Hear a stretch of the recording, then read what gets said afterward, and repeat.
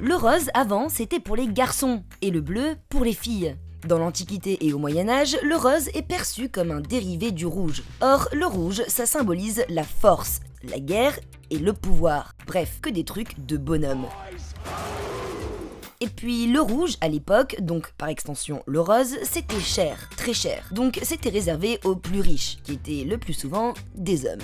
À partir du XIIe siècle, le bleu est lui plutôt réservé aux femmes, car c'est la couleur du manteau de la Vierge Marie. Mais alors, comment la tendance s'est-elle inversée? Eh bien ça change notamment grâce à Madame de Pompadour, la maîtresse de Louis XV, qui introduit le rose à la cour de Versailles au XVIIIe siècle. Peu à peu, le rose perd sa dimension virile et se féminise. Et ça va s'accélérer après la Seconde Guerre mondiale, avec l'essor de la publicité. Ce cliché va devenir encore plus présent dans les années 80, à cause des fabricants de jouets et de vêtements pour enfants, car ils se sont rendus compte qu'ils doublaient leurs ventes quand ils faisaient du rose pour les filles et du bleu pour les garçons.